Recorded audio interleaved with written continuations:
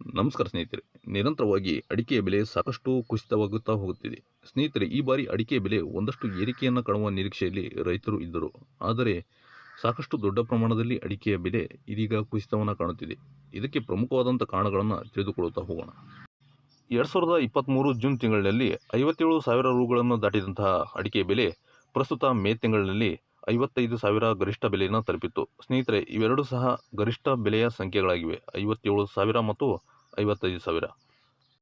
2024 ಅಡಿಕೆ ಬೆಲೆಯ ಅಂಕಿಅಂಶಗಳನ್ನು ನೋಡುವುದಾದರೆ, ಜನವರಿ ತಿಂಗಳಿನಲ್ಲಿ ಅಡಿಕೆ ಸುಮಾರು 50,500 ರೂಪಾಯಿಗಳನ್ನು ತಲುಪಿತ್ತು.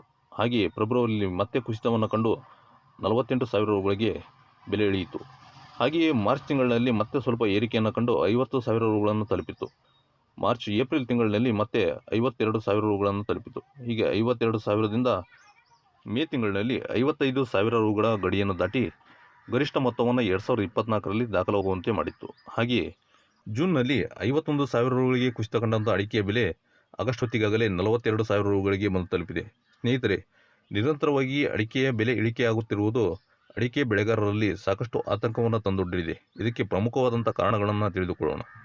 ಒಂದು ಹಂತದಲ್ಲಿ ಬೆಲೆಯನ್ನು ವಿಶ್ಲೇಷಣೆ ಮಾಡುತ್ತಿರುವಂತಹ ಅಡಿಕೆ ಬೆಳೆಗಾರರ ಸಂಘದವರು ನೀರಿನ ಪೂರೈಕೆ ಚೆನ್ನಾಗಿರುವುದು ಹಾಗೆ ತುಂಗಭದ್ರಾ ನದಿಯ ಅಚ್ಚುಕಟ್ಟಿನ ಪ್ರದೇಶಗಳಲ್ಲಿ ಸಾಕಷ್ಟು ದೊಡ್ಡ ಪ್ರಮಾಣದಲ್ಲಿ ನೀರಿನ ಸಪ್ಲೈ ಆಗುತ್ತಾ ಇರುವುದು ಮುಂದೆ ಅಡಿಕೆ ಬೆಳೆಯಲು ಸಹಾಯವಾಗುತ್ತದೆ ಎನ್ನುವ ಭರವಸೆಯಿಂದ ಅಥವಾ ನಂಬಿಕೆಯಿಂದ ಅಡಿಕೆ ಬೆಲೆ ಕುಸಿತವಾಗಿದೆ ಎನ್ನುವ ಒಂದಷ್ಟು ವಿಚಾರವನ್ನು ತಿಳಿಸಿದ್ದಾರೆ. ವಾಸ್ತವವಾಗಿ ಒಂದಷ್ಟು ಅಂಶಗಳನ್ನು ಹೇಳುವುದಾದರೆ, ವಿದೇಶದಿಂದ ಪ್ರಮುಖ ರಾಜಕಾರಣಿಗಳು, ರಾಷ್ಟ್ರ ಮಟ್ಟದಲ್ಲಿರುವಂಥ ರಾಜಕಾರಣಿಗಳ ಮಕ್ಕಳು ಈ ಅಡಿಕೆ ಉದ್ಯಮದಲ್ಲಿ ತೊಡಗಿಕೊಂಡಿದ್ದಾರೆ. ಸಾಕಷ್ಟು ತೈವಾನ್ ಕಡೆಯಿಂದ ಮತ್ತು ಇತರೆ ಭಾಗಗಳಿಂದ ಕಡಿಮೆ ಮೊತ್ತಕ್ಕೆ ಭಾರತಕ್ಕೆ ಅಡಿಕೆಯನ್ನು ತಂದು ಮಾರುತ್ತಿದ್ದಾರೆ ಎನ್ನುವ ಒಂದಷ್ಟು ಅಂಶಗಳು ಬಯಲಾಗುತ್ತಿವೆ. ದೇಶದ ವಿವಿಧ ಕಾಮಗಾರಿಗಳ ಮೂಲಕ ಸಾಕಷ್ಟು ಹಣವನ್ನು ಕೊಳ್ಳೆ ಹೊಡೆಯುತ್ತಿದ್ದ ರಾಜಕಾರಣಿಗಳು ಇದೀಗ ರೈತರ ಅಡಿಕೆಗೂ ಸಹ ಕೈ ಹಾಕಿದ್ದಾರೆ.